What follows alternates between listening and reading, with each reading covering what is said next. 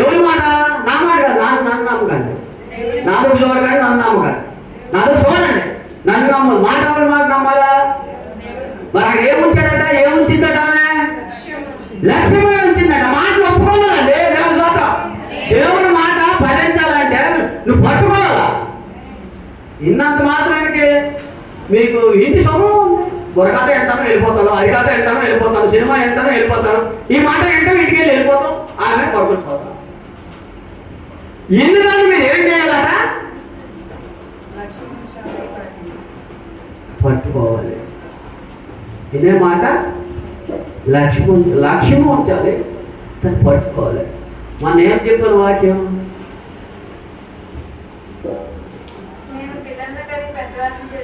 ఆమెయు ఆమె ఇంటి వారు బాప్తిసం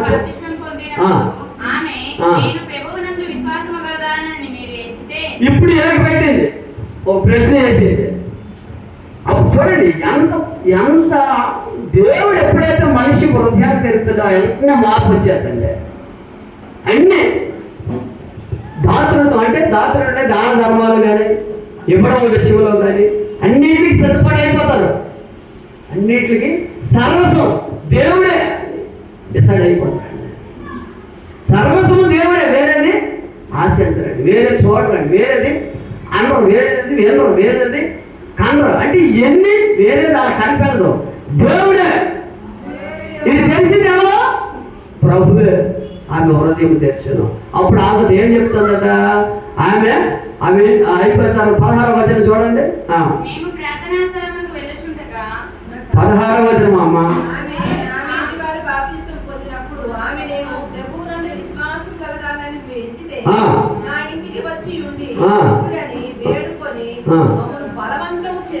ఎవరు బలవంతం చేసింది? పౌలును చాలా మంది వెళ్ళే. నేను ప్రభువు నమ్మాను, నేను నమ్ముకున్నాను అనేసి అన్ని మీరు చెప్పారు, పాప అని ఇచ్చారు, అన్నీ చేశారు. నేను మిమ్మల్ని దేవుడి బిడ్డలను ఎంచుకున్నానా? ఎంచుకున్నానంటే మీరు వచ్చి నా ఇంటికాడ ఉండమంటారు.